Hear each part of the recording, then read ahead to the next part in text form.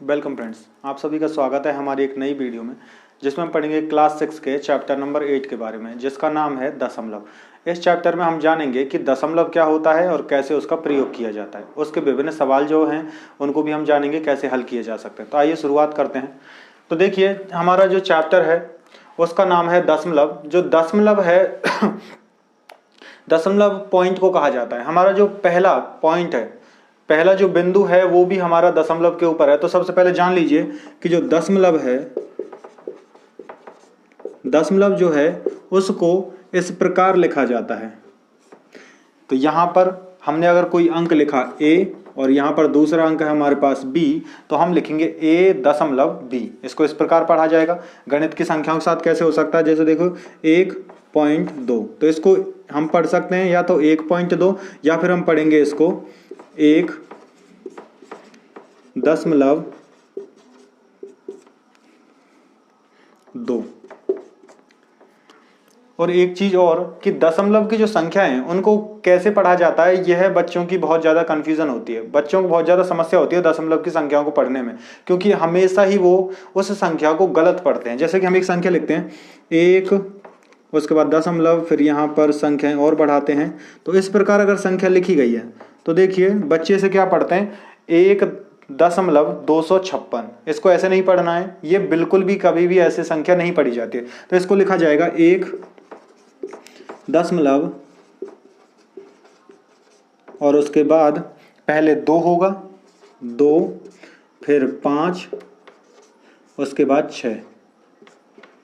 तो इस प्रकार से संख्या को लिखा जाता है। तो ये कहलाएगी 1.256। यहाँ दशमलव के बाद जितने भी अंक दिए हुए हों उन सभी अंकों को हम एक एक करके लिखते हैं। कभी भी दो अंकों को एक साथ ना तो बोला जाता है ना ही पढ़ा जाता है। चाहे अंक 2 हो या 5 हो, कितने भी अंक क्यों ना हो, उन सबको एक एक करके ही बोला जाएगा और एक एक करके ही उनको लिखा भी जाएगा। पढ़ते भी हम उनको वैसा ही हैं। तो इस प्रकार से जो दशमलव है उसे ऐसे बनाया जाता है, ऐसे उनको लिखा जाता है और उसके बाद में संख्याओं में इस प्रकार उसे प्रयोग में लाया जाता है। तो दशमलव से पहले की जो संख्याएं होती हैं, जैसे कि यहाँ पर हमने एक संख्या लिखी 1 1 या फिर 1 2 3 और फिर दशमलव लगा दिया, फिर लिख दिया 4, फिर 5 और फिर 6। तो यहाँ इसको लगाने के बाद में दशमलव से पहले की जो संख्याएं होती हैं उनको हम पहले से ही पढ़ते थे किसके रूप में, इकाई, फिर दहाई, उसके बाद सैकड़ा, फिर हजार। तो इस प्रकार से संख्याएं वो लगातार आगे चलती रहती थी। तो इसी प्रकार से इसी क्रम को यदि हम दशमलव के बाद वाली संख्याओं के लिए देखें तो वो कैसे पढ़ा जाता है, वो क्रम क्या होता है, उस क्रम को हम इसमें जानेंगे। तो आइए अब हम उसकी शुरुआत करेंगे हमारे अगले टॉपिक से, तो उस पर हम पढ़ते हैं। देखिए, हमारा अगला टॉपिक है दशांश। दशांश क्या होता है? जो दशांश है वो किसी भी एक अंक का 10वां हिस्सा होता है। अंक हमारे कौन से थे? 0 से लेकर 9 तक के अंक होते हैं। तो हम कहेंगे जो दशांश है, तो हम इसको लिखेंगे किसी भी अंक का 10वां हिस्सा या अंश। जो दशांश है वो क्या रहेगा?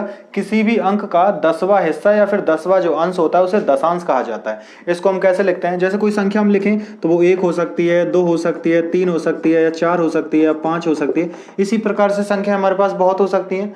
तो जब भी हम दशांश लिखेंगे ना, तो इसका मतलब होता है वो उसका 10वां हिस्सा। 10वां हिस्सा कैसे होगा? हमारे पास यदि अंक 1 है तो इसका 10वां हिस्सा बनाने के लिए हम इसमें 10 में भाग देंगे, 10 से इसमें भाग दे देंगे। तो देखो 1/10, ये क्या है? 1/10 है ना, ये 10वां हिस्सा कहलाएगा। किसका? 1 का।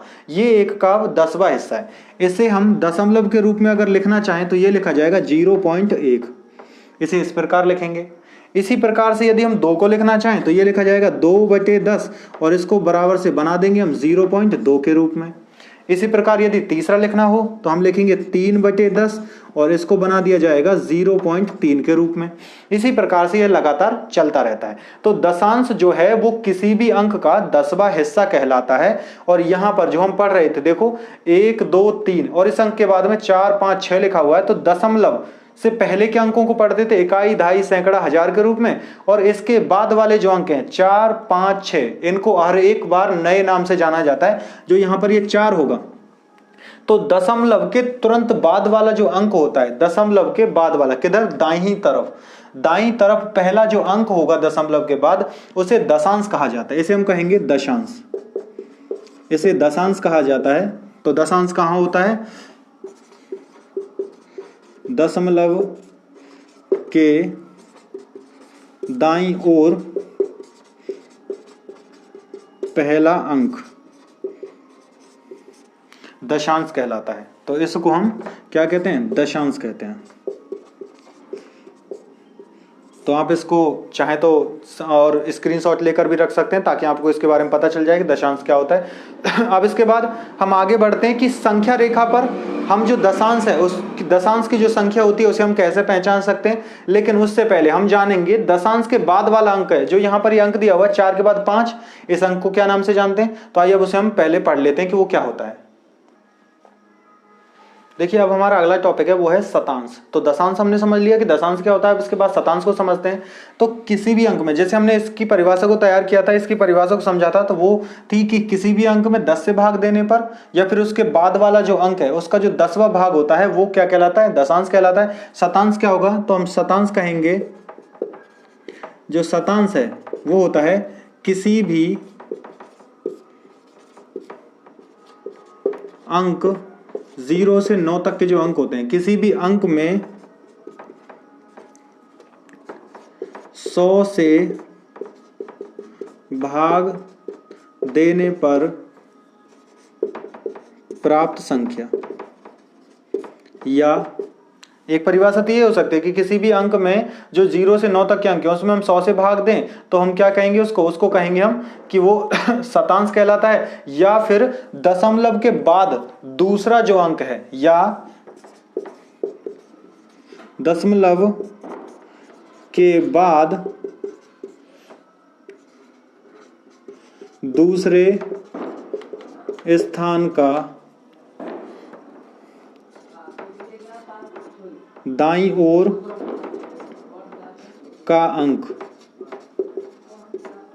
जो है वही शतांश कहलाता है। तो इसमें अब इसको हमने पढ़ा, यहाँ पर समझा है कि किसी भी अंक जो 0 से 9 तक के होते हैं उनमें 100 से भाग देने पर जो संख्या प्राप्त होती है वो शतांश कहलाती है। या फिर हम कहें कि दशमलव के बाद जब हम दाईं तरफ देखते हैं तो जो उसमें दूसरा स्थान होता है, दूसरा जो स्थान है, दूसरा अंक जो है वहां पर, उसको ही हम क्या कहते हैं, शतांश कहते हैं। ये कहाँ होता है, इसमें देखियो, जब यहाँ 5 जो है, 4 जो दशमलव के तुरंत बाद 4 लिखा हुआ है, तो 4 जो है वो तो कहलाता है दशांश, और जो 5 है वो कहलाएगा शतांश। तो इसको हम क्या कहेंगे, इसको शतांश कहा जाएगा। तो इस प्रकार से दूसरे स्थान का जो अंक है वो शतांश कहलाता है। अब इसके बाद यदि हम आगे बढ़ें और हम समझे कि जो दशांश है और शतांश है, इस प्रकार की संख्या अगर हमें पूछा जाए कि आपको इसे संख्या रेखा पर लिखनी है तो यह संख्या रेखा पर कैसे काम करती है, तो उसे भी हम जान सकते हैं। तो सबसे पहले हम थोड़ा सा यहां देख लें कि इसके बाद वाले अंक को किस नाम से जाना जाएगा। तो आइए एक बार उसे और जान लेते हैं। देखिए अब हम बात करते हैं सहस्त्रांश की। तो सहस्त्रांश क्या होता है, तो हम इसमें लिखेंगे किसी भी अंक का हजारवां हिस्सा या अंश, या तो हम ये कह सकते हैं, या हम कहेंगे कि किसी भी अंक जो 0 से 9 तक के होते हैं में 1000 से भाग देने पर प्राप्त संख्या। अगर हम ऐसे इन दोनों परिभाषाओं में से किसी भी परिभाषा को काम में लेना चाहें तो हम ये बोल सकते हैं, या फिर जो हमने तीसरी परिभाषा हम वो भी इसमें काम में ले सकते हैं। वो क्या होगी कि किसी भी संख्या में दशमलव के बाद, दशमलव के दाईं ओर, दशमलव के बाद में है जो वो दाईं ओर होगा, तो दशमलव के दाईं ओर तीसरा अंक जो होता है वो सहस्त्रांश कहलाता है। तो यही इसकी परिभाषा है। तो या तो हम चाहें तो इस प्रकार से बोल सकते हैं, या इस प्रकार से, या फिर इस प्रकार से। आप तीनों में से किसी भी प्रकार से इसको समझ सकते हो। और इसी परिभाषा को, इन तीनों ही परिभाषाओं को आप किसके लिए, दशांश के लिए, शतांश के लिए और सहस्त्रांश, तीनों के लिए काम में ले सकते हो। कि यदि किसी भी अंक का 10वां हिस्सा होगा तो वो दशांश कहलाएगा, 100वां हिस्सा होगा तो वो शतांश कहलाएगा, और 1000वां हिस्सा होगा तो वो सहस्त्रांश कहलाएगा। या फिर किसी भी अंक 0 से 9 में 10 से भाग देने पर दशांश बनता है, 100 से भाग देने पर शतांश बनता है, और 1000 से भाग देने पर सहस्त्रांश बनता है। इसके अलावा लास्ट में हम क्या कह सकते हैं कि किसी भी संख्या में दशमलव के बाद दाईं ओर जो पहला अंक होता है वो दशांश का होता है, दूसरा जो अंक है वो शतांश का है, और जो तीसरा अंक होता है वो सहस्त्रांश का होता है। अब इसको हम उदाहरण से समझ सकते हैं कि एक उदाहरण हम यहाँ पर लिखें, जैसे कि 0.123। तो यहाँ पर जो 1 है वो दशांश होगा, इसको दशांश कहेंगे हम। जो 2 होता है इसको शतांश कहेंगे, और जो 3 होगा इसको सहस्त्रांश कहेंगे हम। इसको सहस्त्रांश कहा जाएगा।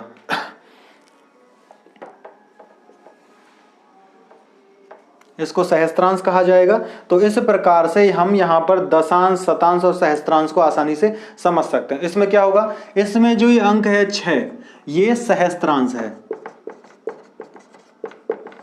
इसको सहस्त्रांश कहा जाता है। अब इसके बाद वाले जो अंक होंगे वो इसी प्रकार से, ये 1000वां हिस्सा है, उसके बाद वाला जो होगा वो 10,000वां हिस्सा होगा, उसके बाद वाला जो होगा वो 1,00,000वां हिस्सा होगा। तो इसी प्रकार से हम लगातार जब अंकों को दशमलव के बाद दाईं ओर लगातार अंकों को बढ़ाएंगे तो वह संख्या जो है उसके एक हिस्से के बारे में बात करती है। कौन सा हिस्सा होगा, जितने टुकड़े करने पर हम उसको प्राप्त कर सकते हैं। तो आइए अब हमने जब यहाँ दशांश, शतांश और सहस्त्रांश को समझ लिया है, तो अब इनको हम समझते हैं कि कैसे इनको संख्या रेखा पर हम ढूंढ सकते हैं और कैसे इनका प्रयोग करते हैं वहां पर। तो आइए शुरू करते हैं। देखिए, अब हम बात करेंगे हमारे अगले टॉपिक के बारे में, वो है संख्या रेखा पर दशमलव संख्या। जो संख्या रेखा पर ये दशमलव संख्याएं कैसे इनको बनाया जाएगा, कैसे ये काम करती हैं, तो उसके बारे में हम जानते हैं। तो सबसे पहले एक संख्या रेखा बना लेते हैं। जैसे हमने संख्या रेखा बनाई, यहाँ पर लिखा हमने 0 और यहाँ पर हम लिख देते हैं 1, उसके बाद यहाँ पर हमने लिखा 2। तो अब हमने 0 से 1 लिखा और 1 से 2 ये अंक लिख दिया है। अब हमारे पास में यदि कोई संख्या मौजूद है, कोई संख्या हम लिखें उदाहरण के लिए कि हम संख्या लिखें 1.1, और इस संख्या को हम चाहते हैं कि यह संख्या जो है हमें यहाँ संख्या रेखा पर प्राप्त हो जाए, तो कैसे प्राप्त होगी। तो इसके लिए आपको जानना होगा कि दशमलव के बाद यदि एक अंक लिखा हुआ है तो उसे कहा जाएगा दशांश। दशांश का मतलब होता है कि यह किसी एक निश्चित संख्या को, एक संख्या को 10 भागों में बांटता है, और उसके बाद जितना यहाँ लिखा हुआ ये उस नंबर का अंक होता है। अगर ये 5 लिखा हुआ है तो ये 5वें नंबर का अंक होगा, और ये अगर 3 लिखा हुआ तो ये 3रे नंबर का अंक होगा। तो देखो, यहाँ पूर्ण संख्या, दशमलव से पहले जो संख्या होगी वो पूर्ण संख्या कहलाती है। तो दशमलव से पहली संख्या कौन सी है, 1 है। तो इसका मतलब हम 0 के पास ऐसे नहीं ढूंढ सकते। सबसे पहले हमें ढूंढना पड़ेगा कि दशमलव से पहले जो अंक लिखा हुआ है वो कहाँ है। तो 1 लिखा हुआ है तो 1 हमारे सामने यहाँ है। अब 1 के बाद कितना और लिखना होगा, हमें ढूंढना है कि दशमलव 1 कहाँ होगा। अब हमें दशांश से ढूंढना है। तो 1 जो है वो 1 और 2 के बीच में मिलेगा हमें, लेकिन कहाँ मिलेगा, जब हम 1 और 2 के बीच की जो स्थान है इसको 10 भागों में बांट दें। जब 1 और 2 के बीच के स्थान को 10 भागों में बांटा जाएगा तो प्रत्येक स्थान इसका दशांश कहलाएगा। जैसे कि देखिए, यहाँ पर ये पहला भाग हो सकता है, या फिर मध्य में तो हम 5वां भाग बनाएंगे, और इससे पहले और इसके बाद वाले भागों को दोनों को बराबर रूप में बांट देंगे। तो देखो, 1, ये 2, ये 3, ये 4 और ये 5 हो सकता है, फिर उसके बाद 6, फिर 7, फिर 8, फिर 9 और ये 10 हो सकता है। अब इसके बाद जो ये था, ये इसका 5वां भाग है जिसको 1.5 कहा जाएगा। अब प्रत्येक अंक जो है वो 1, 2, 3, 4 और ये 5 था, ये 6, ये 7, ये 8 और ये 9 था। इस प्रकार जहां 10 होता है तो 10 जो है वो 1 को 1 के रूप में परिवर्तित हो जाएगा। इस कारण से 1 और 1 यहाँ पर ये 2 हो जाते हैं। तो अब हमें क्या चाहिए, 1.1। तो 1.1 मिलेगा हमें। 1 तो यहाँ दिया हुआ है, 1 ये है। इसके बाद वाला जो ये अंक है, इस अंक को कहा जाएगा 1.1। तो इस प्रकार से हम 1 जो 1 है उसे संख्या रेखा पर इस प्रकार ढूंढ सकते हैं। तो हमें सबसे पहले किस चीज को ढूंढना पड़ेगा, हमें ढूंढना पड़ेगा दशमलव से पहले वाले अंक को, और उसके बाद देखना होगा कि हम उस कौन से अंक के पर जाएंगे। अगर 1 लिख रहा है तो 1 पर, अगर ये 1 ना होकर 1.5 होता तो हम कहां जाते, 1.5 में 1 यहां है और 1 2 3 4 और 5 यहां मिल रहा है हमें, तो हम यहां पहुंच जाते। इसी प्रकार से ये जो अंक हैं ये दशांश के अंक कहलाते हैं। अब हमें यदि संख्या ऐसी मिले कि हमें दशांश नहीं शतांश को ढूंढना है कि शतांश जो है वो संख्या रेखा पर कहां मिलेगा। शतांश की संख्या कैसी हो सकती है, देखो जरा, ये हो सकती है कि 1.17 इस प्रकार की संख्या हो सकती है। अब इस संख्या को ढूंढना है तो सबसे पहले हमें समझना होगा कि 1.17 कैसे ढूंढा जाएगा। सबसे पहले 1 ढूंढना है, 1 हमें मिल गया, उसके बाद फिर दोबारा 1 ढूंढना है, 1 दोबारा मिल गया, तो 1.1 तो हमें ये मिल गया। 1.1 के बाद में अगला 7 लिखा हुआ है, तो इसका मतलब है यहां 1 है और दूसरी संख्या हम लिखें 1.2, तो 1.1 और 1.2 के बीच में हमें मिलता है 1.17। इस कारण से 1.1 ये है, ये वाला अंक, और 1.2 ये है। जब इसको थोड़ा बड़ा करके इस प्रकार से बड़ा करके लिखा जाए, यहां से लिख सकते हैं हम इस प्रकार से, इसको माना जाए 1.1 और इसको माना जाए 1.2, तो इनके बीच वाले हिस्से को 10 भागों में फिर से बांट दें, क्योंकि इसको 10 भागों में बांटेंगे, ध्यान से देखना, इसको 10 भागों में बांटेंगे, 10 को इसमें, 10 यहाँ, 10 यहाँ, 10 यहाँ, इस प्रकार हर एक भाग को जब 10 भागों में बांटा जाएगा तो मुख्य संख्या 1 से लेकर 2 तक की जो संख्या है वो 100 भागों में टूट जाएंगी। इसीलिए यहाँ का प्रत्येक जो अंक है वो शतांश कहलाता है, इसी कारण से उसको हम शतांश कहते हैं। वो 100वां हिस्सा तब बनता है। तो इसलिए हम क्या करेंगे, अब यहाँ 1.7 हमें चाहिए, तो उसके लिए 1.7 के लिए क्या करेंगे, हम यहाँ ढूंढेंगे पहले 7 कहाँ मिलेगा, तो 5 तक तो यहाँ हो गए, 5 के बाद वाले अंकों में मिलेगा, तो 5 के बाद देखो 6, फिर यहाँ 7 हो सकता है, यहाँ 8, यहाँ 9 और ये 10, तो ये 5 है, जिसको हम क्या कहेंगे 1.15। इसको थोड़ा बड़ा लिख देते हैं, ये हो जाएगा 1.15 और 1.16 1.17, तो 1.17 जो है वो हमें यहाँ मिलेगा, तो इसको कहेंगे 1.17। तो इस प्रकार से हमें यह अंक यहाँ पर प्राप्त हो सकता है। तो हम अब चाहें तो किसी भी संख्या को दशमलव संख्या, किसी भी संख्या को संख्या रेखा पर आसानी से ढूंढ सकते हैं। वो कैसे प्राप्त की जाती है, अब इसके बाद बढ़ते हैं हम अपने अगले सवाल पर। लेकिन ध्यान रहे कि शतांश को भी ऐसे ही ढूंढा जाएगा। अब यहाँ पर जो प्रत्येक अंक था ना, प्रत्येक अंक के बीच में जो जगह होगी, इसको भी यदि 10-10 भागों में बांट दिया जाए, तब प्राप्त होने वाली जो संख्या है वो दशमलव के बाद 3 अंक की होगी, और वो प्रत्येक अंक जो मिलेगा हमें वो उसका सहस्त्रांश कहलाएगा। तो इस प्रकार से हम संख्या रेखा पर संख्या ढूंढते हैं। तो आइए अब हम बढ़ते हैं कि दशमलव की संख्याओं की तुलना कैसे की जाती है और उसका दशमलव का प्रयोग कहाँ किया जाता है, दोनों ही चीजों को हम समझते हैं। तो आइए शुरू करते हैं।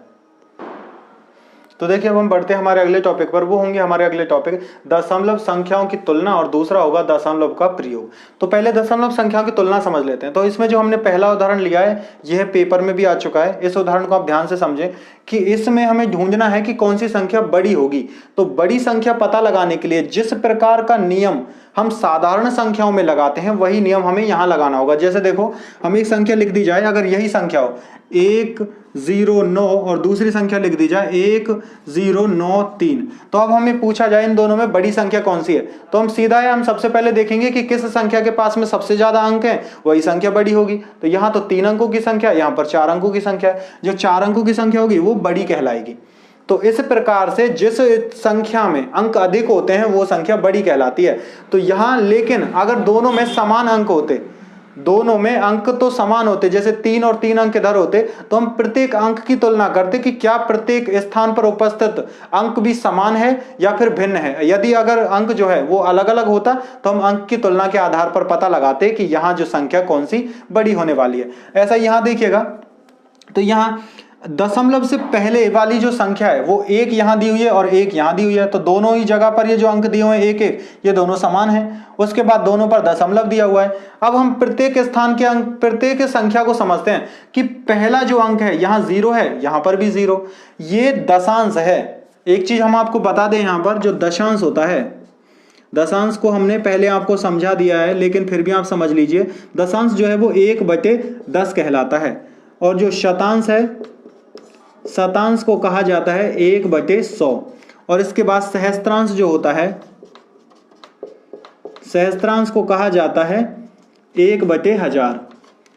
तो इस प्रकार से यहां पर हम 0 जो है वो 1/10 के रूप में लिखा हुआ है, और यहाँ 0/10 है वो, ये यहाँ पर 0 जो है वो भी 0/10 है। इसके बाद दूसरा अंक यहाँ 9 है, यहाँ भी दूसरा अंक 9 है। अभी तक तो ये संख्याएं समान हैं, प्रत्येक जगह पर अभी तक ये संख्याएं समान है, लेकिन अब यहां हम देखें तो इसके पास तीसरा अंक नहीं है, सहस्त्रांश वाला अंक इसके पास नहीं है और इसके पास सहस्त्रांश वाला अंक है। इसका मतलब शतांश तक तो ये संख्याएं समान थी, सहस्त्रांश पर पहुंचने पर इसके पास सहस्त्रांश का अंक मौजूद है लेकिन इसके पास नहीं। इस कारण हम कहेंगे कि यहां पर जो दी गई संख्या है वो सहस्त्रांश अंक होने की वजह से ये बड़ी संख्या कहलाएगी। तो हम इसमें इस चिन्ह को यहां प्रयोग में लाएंगे। दूसरा देखिएगा, दूसरी संख्या दे रखी है 3.23, यहां पर दिए 3.023। तो इस संख्या में कैसे पहचानेंगे? सबसे पहले देखो यहां 3 है, यहां भी 3 है, इकाई अंक दोनों का समान है, फिर दशमलव लगा हुआ है। तो इसमें पहला अंक जो है, जो दशांश का अंक है ना, वो यहां 2 है और यहां पर 0। अब यहां ये नियम काम नहीं करेगा। सबसे पहले हमें अंक तो देखने थे कि किसके पास अंक ज्यादा हैं, लेकिन हमें साथ में ये भी तो देखना है कि प्रत्येक अंक जो है वो समान भी तो होना चाहिए।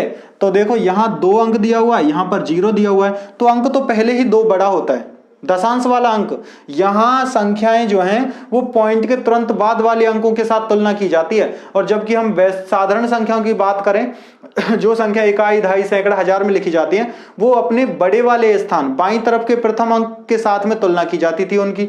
ऐसा ही यहां पर है। तो देखो जब 2 जो है वो 0 से बड़ा होता है, तो इस कारण यहां चाहे 3 अंक हो चाहे 4 अंक, यहां पर यह संख्या सबसे बड़ी कहलाएगी, क्योंकि यह जो संख्या है वो 3.2 के बाद की है और ये जो संख्या ये 3 के बाद की है। ये संख्या में 3 के बाद मिलेगी और ये संख्या मिलेगी हमें 3.2 के बाद संख्या रेखा पर। इस कारण से हम कहेंगे यहां पर यह संख्या जो है वो बड़ी कहलाएगी। अब इसके बाद देखो, अब हम बढ़ते हैं हमारे अगले टॉपिक में। अगला टॉपिक क्या है? दशमलव का प्रयोग। दशमलव का प्रयोग कहां किया जाता है और कैसे किया जाता है? तो जो दशमलव का प्रयोग है वो किया जाता है या तो धन में। धन कैसे? धन कहा जाएगा रुपयों को, रुपए। तो जब भी कभी संख्या को रुपए या पैसे में लिखा जाए तब हम दशमलव का प्रयोग करते हैं। अगर मैं कहूं कि मेरे पास पे 5 रुपए हैं और 25 पैसे हैं, तो सबको एक साथ अगर मुझे रुपए में लिखना पड़े तो कैसे लिखेंगे? तो इसको हम लिखेंगे 5 रुपए थे और 25 पैसे थे। तो इसको एक साथ लिखने के लिए हम लिखेंगे 5.25 रुपए। तो इस प्रकार हम आसानी से एक ही संख्या में इसको जोड़ सकते हैं। तो ये इसका क्या कहलाएगा? धन या रुपए के रूप में दशमलव का प्रयोग कहलाता है। दूसरा प्रयोग हो सकता है क्या? दूसरा प्रयोग है कि इसका प्रयोग हम लंबाई में भी करते हैं। लंबाई में तो विभिन्न जगहों पर किया जाता है। चाहे तो हम इसका प्रयोग कर सकते हैं सेंटीमीटर में, मीटर में कर सकते हैं, या फिर किलोमीटर में कर सकते हैं, mm में भी इसका प्रयोग किया जा सकता है। जब संख्या जो है हमें वो कुछ इस प्रकार से दी गई हो कि एक संख्या बड़ी इकाई में और एक संख्या छोटी इकाई में दे रखी हो, तो हम यहाँ पर बड़ी इकाई की संख्या को छोटी इकाई में जब लिखते हैं तो वहां दशमलव का प्रयोग नहीं होता, लेकिन जब छोटी इकाई की संख्या को बड़ी इकाई में परिवर्तित करना होता है तब वहां दशमलव का प्रयोग करते हैं। जैसे मान लो एक संख्या हमारे सामने दे दी जाए कि 5 मीटर और उसके बाद दूसरी दे दी जाए साथ में इसके 50 सेंटीमीटर।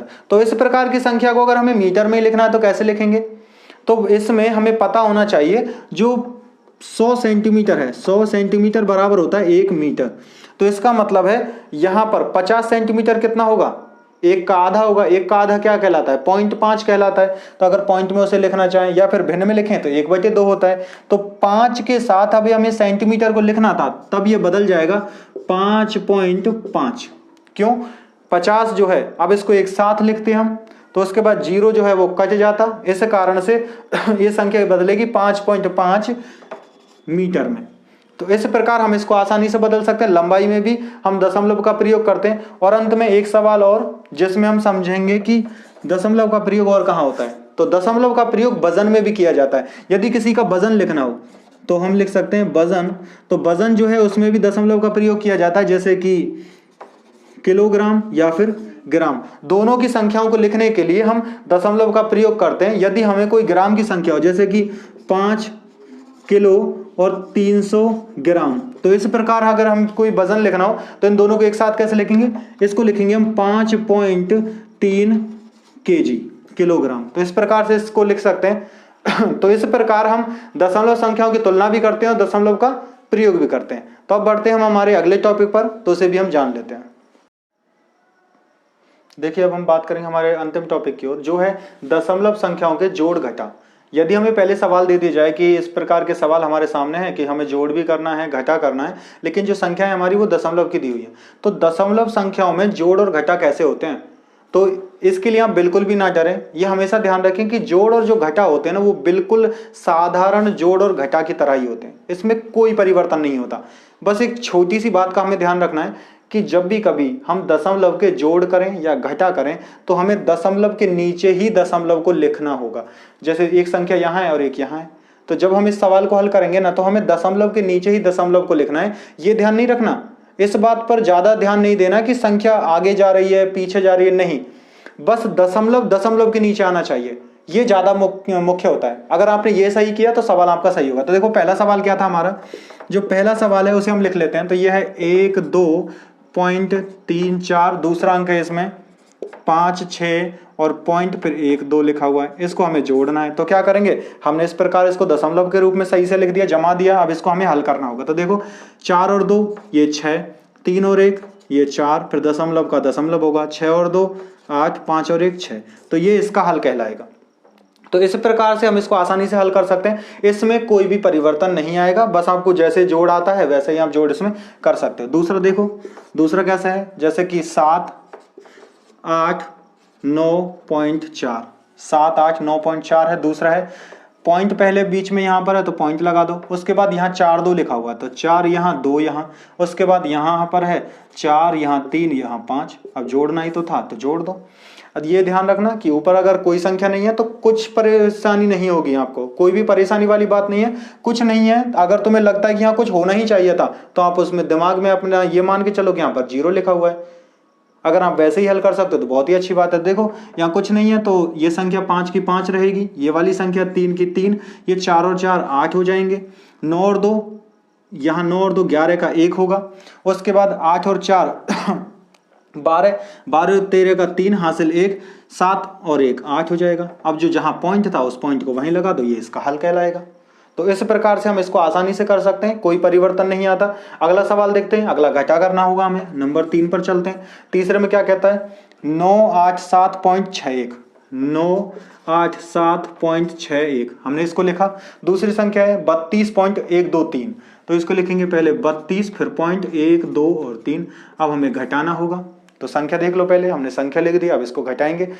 जब हमारे पास कोई संख्या नहीं होती तो हमने क्या कहा था, वहां पर 0 मान सकते हैं, तो 0 मानकर करते हैं। यहाँ कुछ भी नहीं है तो 0 ऐसे मान लो, 0 माना। अब 0 में से 3 घटाएंगे, नहीं घट रहा है तो हासिल लेंगे और हासिल लेकर घटाएंगे तो कैसे होगा, यहाँ से 7 बचेगा। अब उसके बाद में ये संख्या 3 हो जाएगी। अब यहाँ फिर से नहीं घट रहा है तो क्या करेंगे, अब 1 के लिए फिर हासिल लेंगे तो ये मान होगा 11, 11 में से 3 घटाएंगे तो हमें मिलेगा कितना, 8। अब उसके बाद में यहाँ पर इसके हासिल वापस देंगे, हो जाएगा 2, 6 में से 2 घटाने पर हमें मिलेगा 4, उसके बाद पॉइंट है तो पॉइंट ही लगा दो, कोई परेशानी नहीं है। अगर हासिल ली होती तो हम वापस हासिल आगे दे देते पॉइंट से बाद वाली संख्या को, नहीं लिया तो हम आगे बढ़ेंगे। 7 में से 2 घटाने पर हमें 5 मिलता है, 8 में से 3 घटाने पर हमें 5 मिलेगा और 9 का 9 रह जाएगा। इस प्रकार इसका हल ये कहलाता है। तो हम घटा भी इससे आसानी से कर सकते हैं, संख्या ना हो तो बस आपको वहां 0 मानना पड़ेगा।